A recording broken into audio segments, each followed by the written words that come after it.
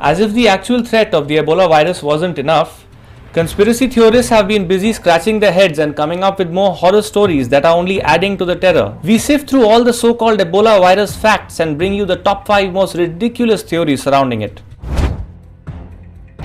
At number 5 is the belief that the Ebola virus does not exist. A former nurse in Sierra Leone caused an uprising after she declared that the Ebola virus does not really exist, but has been invented as an excuse for doctors to perform cannibalistic rituals on patients.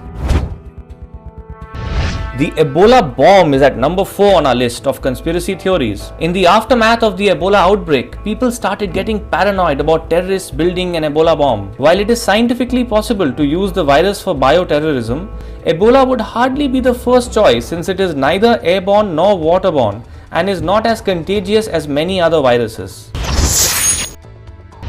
At number 3 is the belief that salt water cures Ebola. When faced with a deadly disease like Ebola, people are bound to come up with a number of so-called home remedies, but the most ridiculous one is the belief that salt water cures Ebola. Many people in Nigeria started gulping down salt water and up to 4 people have died as a result, because while salt water does not cure the disease, it could cause severe dehydration in patients.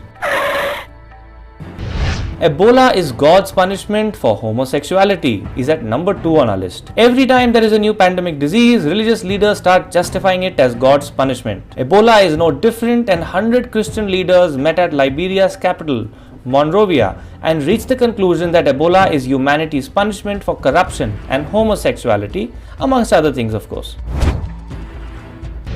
At number 1 on our list of Ebola conspiracies is the belief that it will launch the New World Order. The top favorite among conspiracy theories is the idea that the New World Order came up with the Ebola virus to depopulate the world.